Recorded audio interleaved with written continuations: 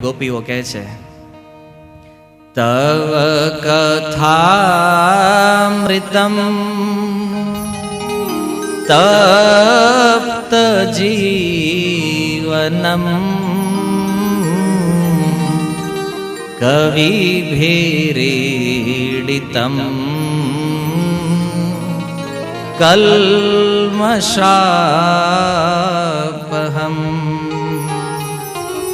શ્રવણમંગલમ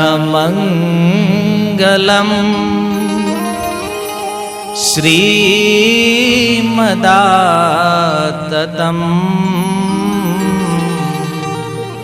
ભુવિ ગૃણન્તિ તે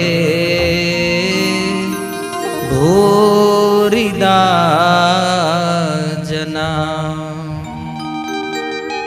તવ કથામૃતમ. બ્રજ ગોપીઓ કહે છે, અમારું જીવન આ ભાગવત કથા છે, ભગવાનની કથાઓ છે. તવ કથામૃતમ.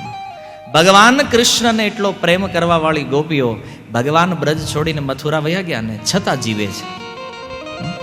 અને આપણે આ સંસારમાં જોયું છે કે કોઈ પ્રેમીને છોડી અને કોઈ બીજો પ્રેમી જ્યારે વયો જાય તો વિરહમાં કદાચ પાછળવાળાનું મૃત્યુ થઈ જાય. અને સૌથી શ્રેષ્ઠ પ્રેમ કરનારા ગોપીઓ છતાં એ જીવિત છે. કારણ તવ કથામૃતમ. ભગવાનની કથામૃત એને જીવાડી રહી છે. અને આ શ્લોકમાં એ વાત થઈ, ભુવિ ગૃણંતિ તે ભૂરિદા જના.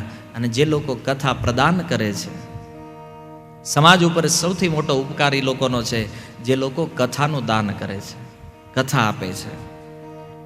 શ્રવણ મંગલમ. આ કથાને કોઈ સાંભળી લે એનું મંગલ જ મંગલ છે. અને આની કેટલી મહિમા કહી શકાય. સ્વયં બ્રહ્માજી આશ્ચર્યમાં પડી ગયા. 7 દિવસમાં ભાગવત સાંભળીને પરીક્ષિત ભગવાનના ધામમાં વયા ગયા છે. બ્રહ્માજીના મનમાં આશ્ચર્ય થયું, અરે ભાઈ 7 દિવસની અંદર ભાગવત સાંભળીને કોઈ ભગવત ધામ વયો જાય, બહુ મોટું આશ્ચર્ય થયું બ્રહ્માજીને. અને એટલા માટે એણે શું કર્યું?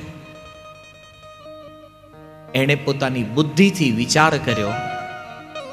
એ લખ્યું છે, સત્યલોકે તુલાબદ્ધવા. એણે એક ત્રાજવું બનાવ્યું, પણ વાસ્તવમાં સત્યલોકમાં કોઈ ત્રાજવું એવું બાંધ્યું નહોતું બ્રહ્માજીએ.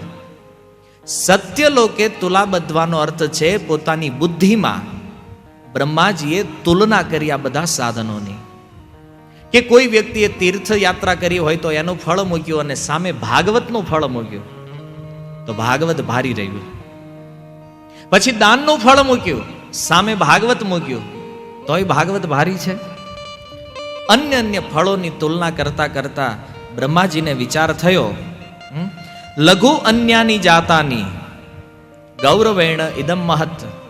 બધા સાધનોની સામે ભાગવત સૌથી ભારી છે.